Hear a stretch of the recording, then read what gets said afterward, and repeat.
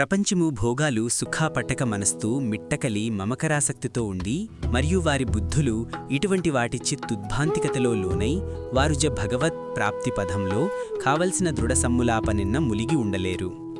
ఓ అర్జున, వేదములు భౌతిక ప్రకృతి యొక్క త్రిగుణాత్మకమైన విషసంబంధమై వివరించును.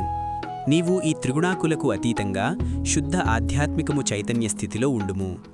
ద్వంద్వముల నుండి విడివడి నిత్యము పరమసత్తాన్లో స్థిరిత్వతమై ఉండి మరియు భౌతిక లాభాలు భద్రతా గురించి పట్టించుకోకుండా ఆత్మభావనయందే స్థిరుడువై ఉండుము.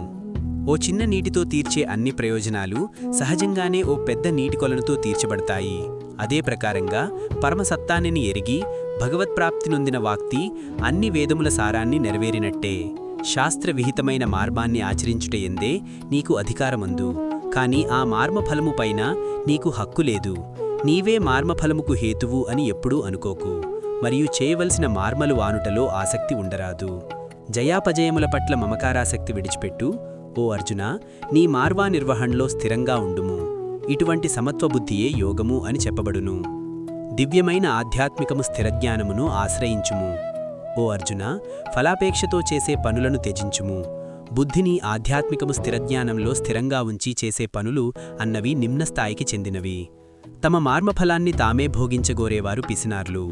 వివేకముతో ఈ ఫలాసక్తి రహిత మార్మశాస్త్రమును ఆచరణలో పెట్టినవాడు ఈ జన్మలోనే పుణ్యపాపములను రెంటినీ త్యజించును. కాబట్టి నైపుణ్యంతో పనిచేయటం అనే యోగ అభ్యాసము చేయుము. జ్ఞానులు సమత్వ బుద్ధిమొలిగి ఉండి జననమరణ చక్రంలో బంధించే మార్మఫలముపై మమకారాసక్తులు త్యజించి ఉంటారు. ఇలాంటి దృక్పథంతో పనిచేయటం వల్ల సమస్త దుఃఖముకు అతీతమైన స్థితిని పొందెదరు.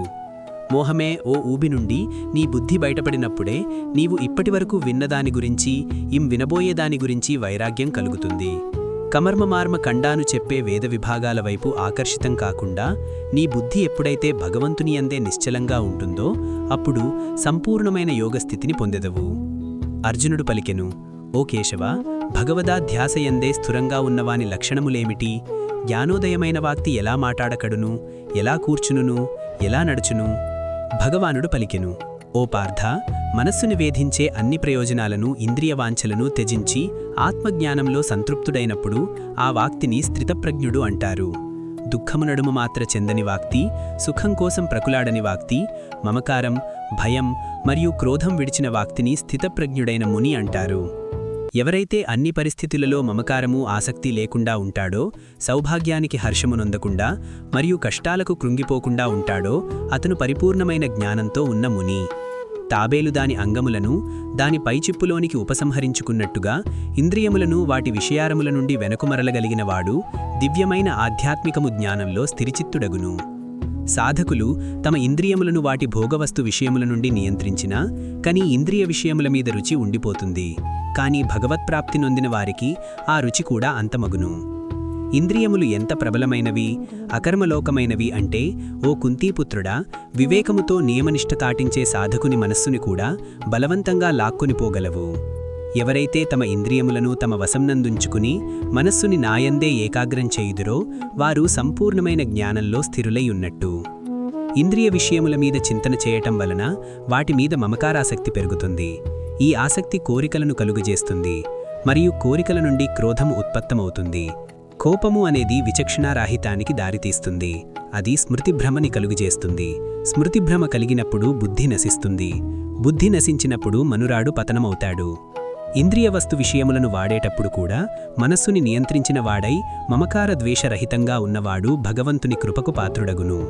భగవత్కృప ద్వారా అన్ని దుఃఖాలు తొలగిపోయే పరమశాంతి లభిస్తుంది.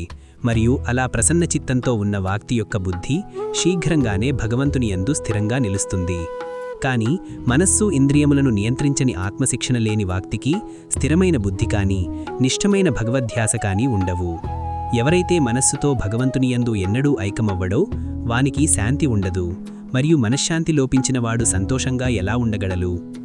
ఎలాగైతే బలంగా వీచే గాలి నీటిలో నావను దాని దిశ నుండి ప్రమక్కకు నెట్టివేస్తుందో, ఏ ఒక్క ఇంద్రియంపైన గాని మనస్సు కేంద్రకృతమైనచో అది బుద్ధిని హరించివేస్తుంది.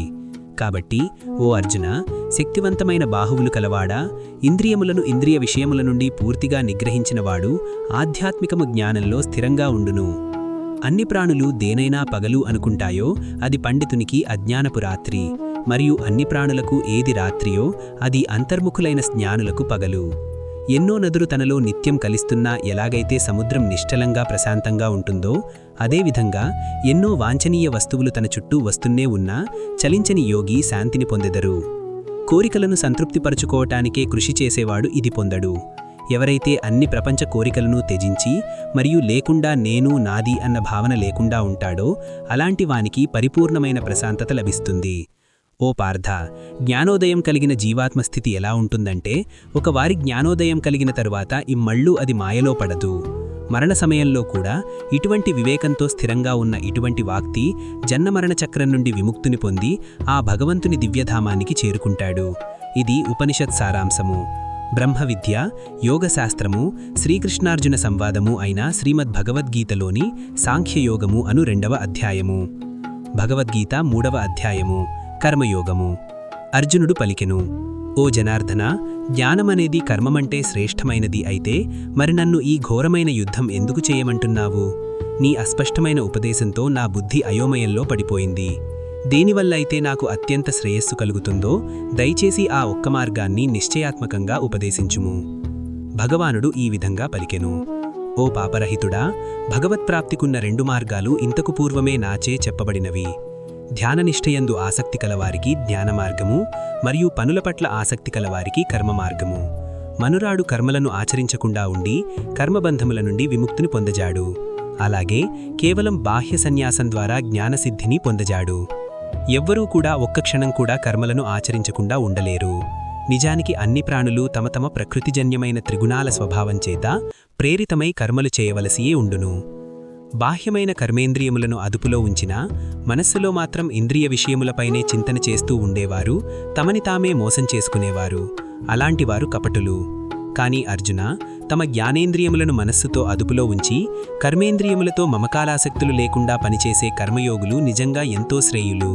కాబట్టి నీవు వేదములకు అనుగుణంగా విధింపబడ్డ కర్మర్తవ్యాన్ని నిర్వర్తించాలి. ఎందుకంటే పనులు చేయటం అనేది క్రియారహితానికన్నా ఉత్తమమైనది. క్రియాకలాపాలను విడిచిపెట్టడం వలన శరీర నిర్వహణ కూడా సాధ్యం కాదు. పనులను ఒక యజ్ఞంలాగా భగవత్ సమర్పితంగా చెయ్యాలి, లేదా ఆ పనులు మనను ఈ జగత్తులో కర్మబంధములలో కట్టివేస్తాయి.